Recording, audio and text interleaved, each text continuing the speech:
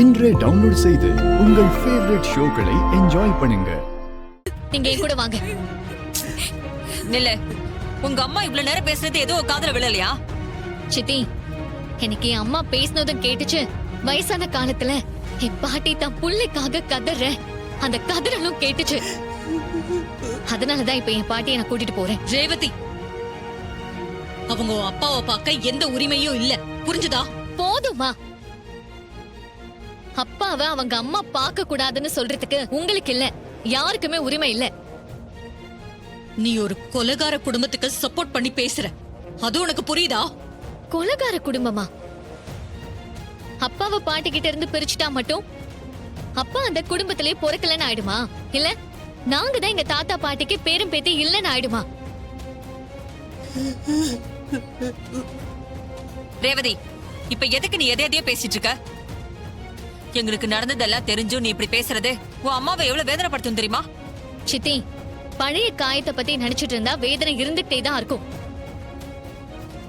இப்ப அப்பாவுக்கு பதிலா நான் அடிபட்டு ஐசியூல சீரியஸா படுத்துட்டு இருக்கும் போது அம்மா என்ன வந்து பார்க்க கூடாதுன்னு யாராவது தடுத்தா நீங்க சும்மா இருப்பீங்களா? அத்த, பிடிவாதம் பிடிக்காதீங்க அத்த. மாமா பாட்டிய பார்த்தா, பாட்டி குரலை கேட்டா கண்டிப்பா மாமா கண் முழிப்பார் அத்த. புரிஞ்சுக்கோங்க ப்ளீஸ். பாட்டி, நாம பேச வேண்டியதை பேசியாச்சு. நீங்க வாங்க.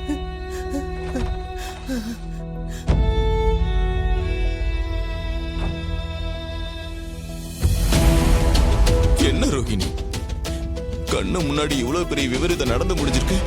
இதுல இருந்து கூட அத்தை தான் தப்பா புரிஞ்சுக்க மாட்டேன்றாங்க. எப்படியோ ரேவதி துணிஞ்சு பாட்டியை உள்ள கூட்டிட்டு போயிருக்கா. அது வரைக்கும் சந்தோஷம். இவங்களெல்லாம் திருத்தவே முடியாது. அக்கா, பாத்தியா இவ பண்றத?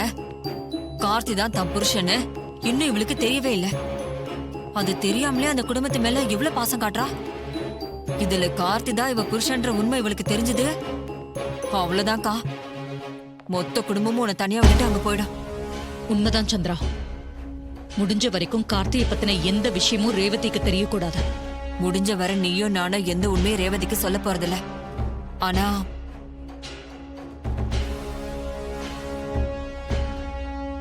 புரியுது, எல்லாம் அந்த மருதுவால வந்தது. அவன் ஒரு ஃப்ராடுன்னு எனக்கு தெரியாம போயிடுச்சு.